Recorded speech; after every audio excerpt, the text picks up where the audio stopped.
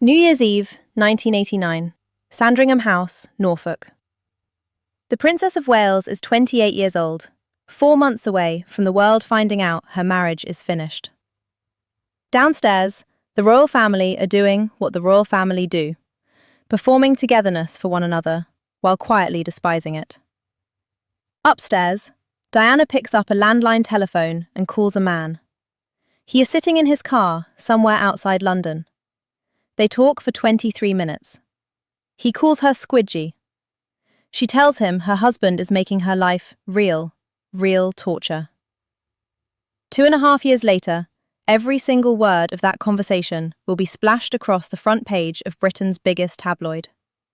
60,000 people will pay to hear it on a hotline. And the man who claimed to have recorded it? He didn't own the equipment that could have done it. Someone else was listening.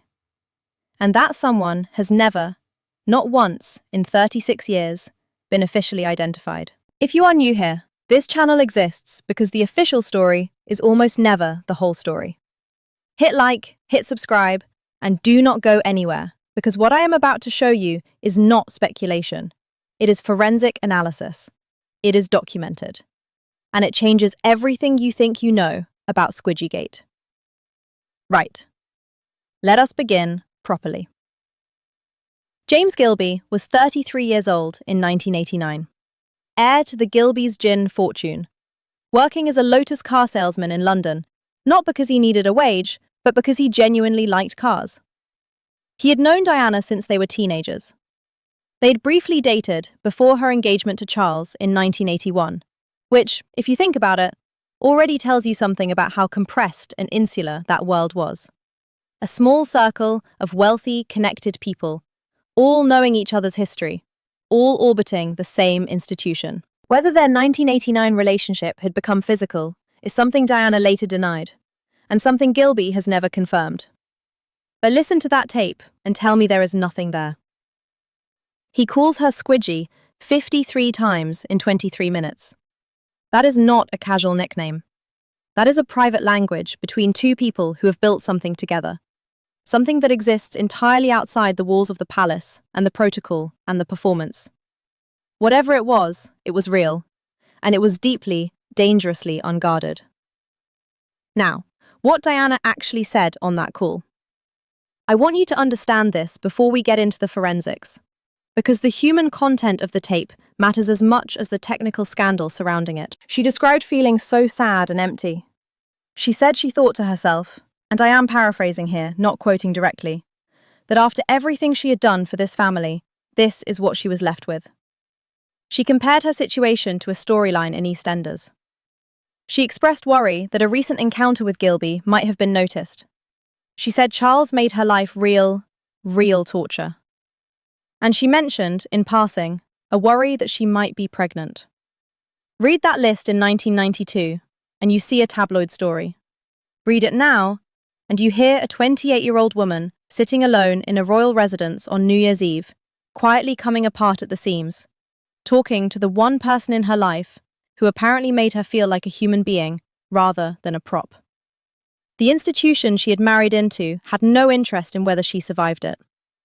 That tape is the sound of someone who knew that and was running out of ways to pretend otherwise. 2.5 years later, The Sun published it. August 23rd, 1992. And here is where the story stops being sad and starts being something else entirely. The Sun's explanation for how they obtained the recording was this. A 70-year-old retired bank manager named Cyril Reenan, living in Abingdon, Oxfordshire, had a hobby of scanning radio frequencies with amateur equipment. On January 4th, 1990, so a few days after the call was made, Reenan claimed he was scanning at random and accidentally intercepted a conversation between a woman and a man on a mobile phone frequency. He recorded it.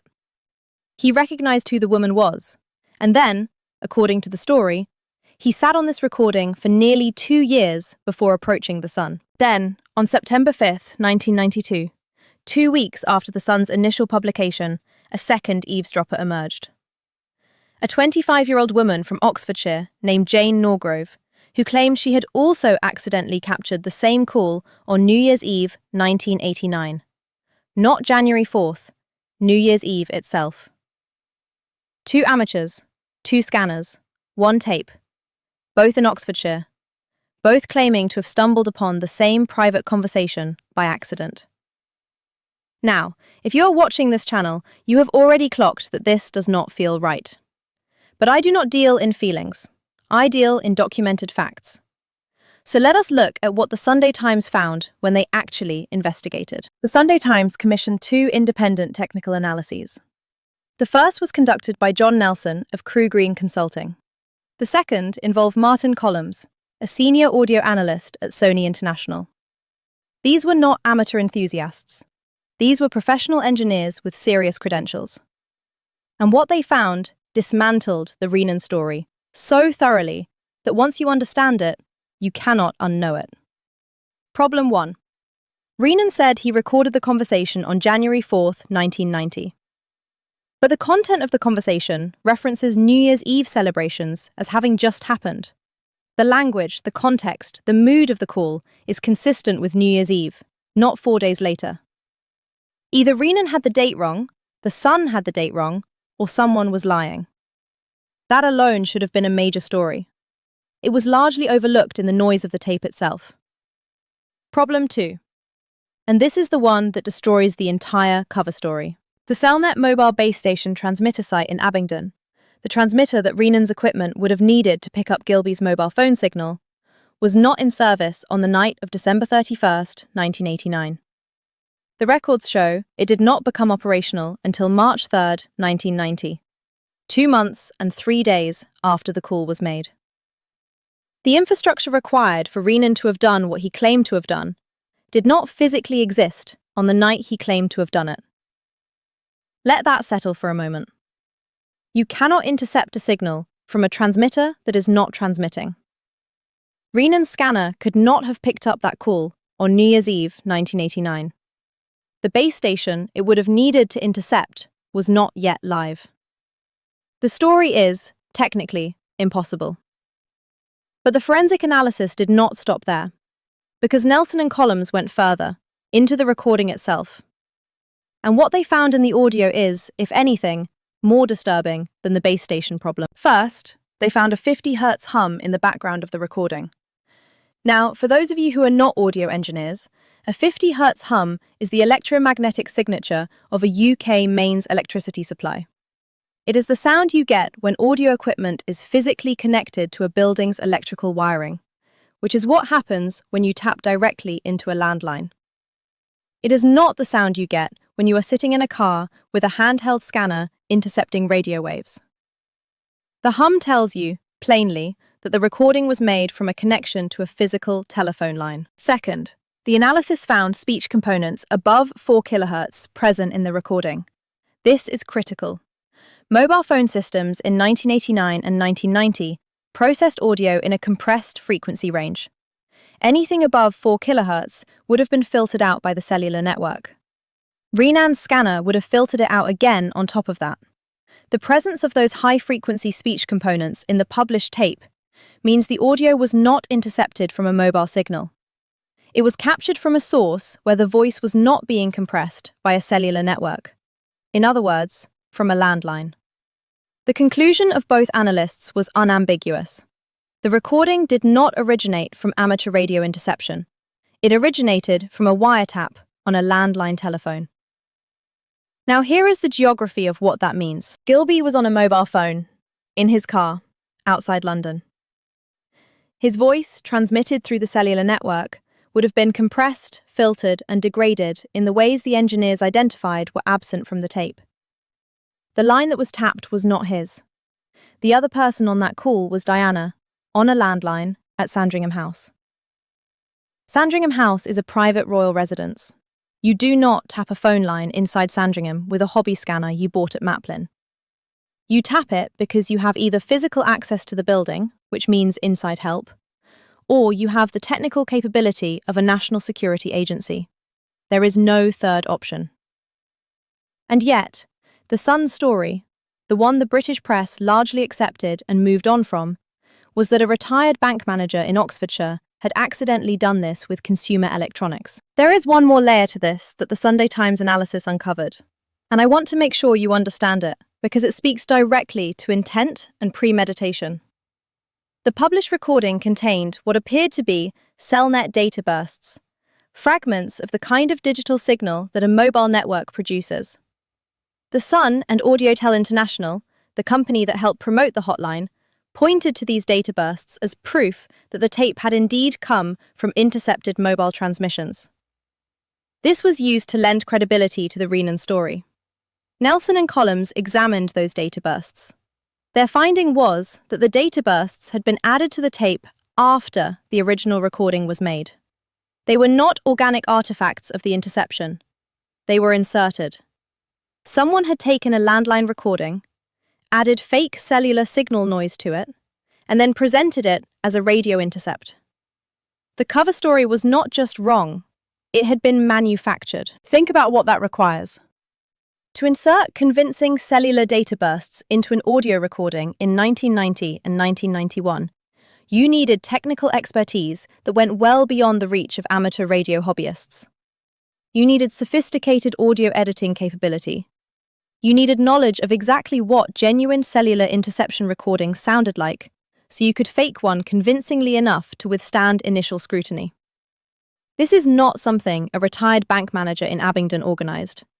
This is the work of a signals intelligence operation. The British state has never acknowledged any role in the recording of this conversation. MI5, MI6, GCHQ, none of them have ever been asked to answer under oath what they knew about the Sandringham line tap. No public inquiry has ever compelled that answer. No one has been charged. Not Reenan, not Norgrove, not anyone. In 36 years, the criminal investigation into who bugged the Princess of Wales's private phone line at the Queen's country residence has produced zero accountability. Now, I need to be honest with you about something, because this channel is built on not telling you things are more certain than they are. I cannot prove that MI5, MI6, or GCHQ recorded Diana's phone call. Nobody can, because nobody with the authority to compel that disclosure has ever tried. What I can tell you, what is documented, sourced, and technically verified, is that the recording did not come from where we were told it came from. The Reenan cover story is demonstrably false. The audio evidence points to a landline tap. The inserted data bursts indicate a deliberate attempt to disguise the true origin of the recording. Those three facts exist in the public record. Draw your own conclusions, but draw them from evidence. What I can also tell you is the context, because the context is what transforms a technical anomaly into a political story. August 1992. The War of the Waleses, as the press were already calling it, was at its peak. Andrew Morton's biography of Diana, Her True Story, had been published in June 1992. The public did not yet know that Diana had secretly cooperated with Morton, had sat in a room and answered questions on tape, had effectively authorized her own story being told. But the book had done what it was meant to do. Public sympathy was moving toward Diana. She was emerging as the wronged party, the woman trapped inside a loveless marriage to an emotionally unavailable man who had never stopped loving someone else. Squidgygate dropped in August 1992 and immediately complicated that narrative. Here was Diana, the wronged wife, on tape being emotionally intimate with another man, calling her marriage torture, expressing fear that she might be pregnant by someone who was not her husband. The tape did not destroy public affection for her. Nothing could quite do that. But it muddied the water. It gave the other side ammunition. It made divorce negotiations messier and her moral position less clean. 5 months later, in January 1993, the Cellugate tape was published. That was the recording of Charles and Camilla in December 1989, the same month as the Diana Gilbey call, in a conversation that was intimate, ridiculous in parts, and deeply revealing about the nature of their relationship. Cellugate damaged Charles, badly. But it came after Squidgygate. The sequencing matters. Diana was damaged first, at the moment she was winning. Charles was damaged second, at a moment when the damage to him had arguably already been priced in by the public. Both tapes had existed since late 1989, Both were released in a 6-month window in 1992 and 1993, at the height of the divorce proceedings. Neither was released in isolation by any identified source with a stated motivation. They simply appeared, attributed to hobbyists, in tabloids. And the technical analysis of both tapes raised serious questions about whether either had been obtained the way the official story claimed. Andrew Morton himself, in the 1993 updated edition of Her True Story, wrote this question directly. Was Diana's telephone really bugged? And if so, by whom? He received no answer. He has never received an answer. The question has simply remained open for 30 years, in one of the most referenced royal biographies ever written. Patrick Jeffson, who served as Diana's private secretary from 1988, wrote in his memoir, Shadows of a Princess, about the atmosphere inside Kensington Palace during this period.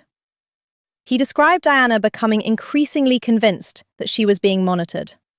On one occasion, she pulled back a section of carpet to show him what she believed was fresh sawdust near the skirting board. Evidence, she said, that someone had been in the room and disturbed the floorboards.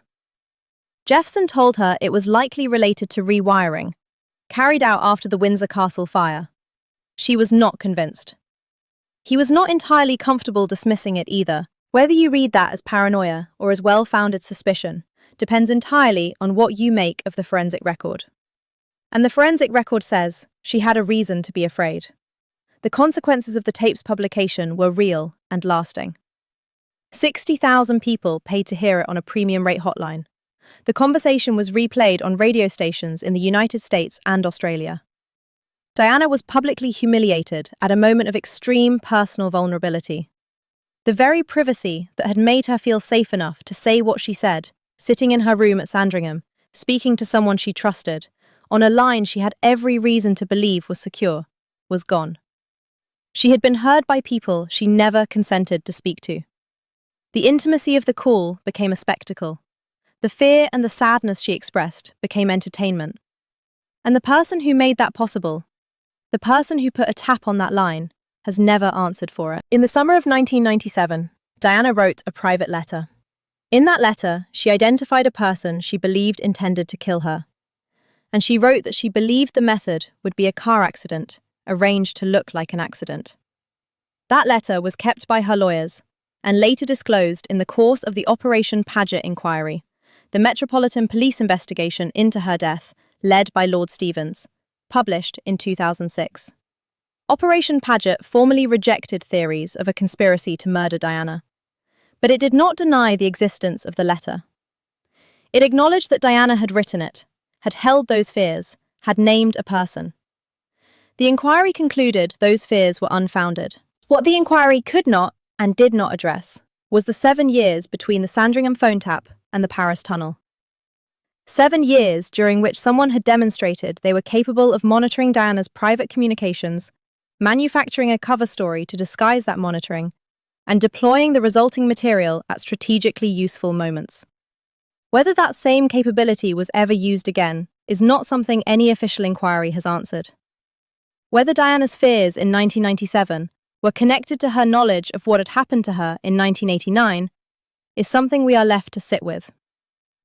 Because no one in authority has ever been required to connect those dots publicly. I want to close by taking you back to the beginning.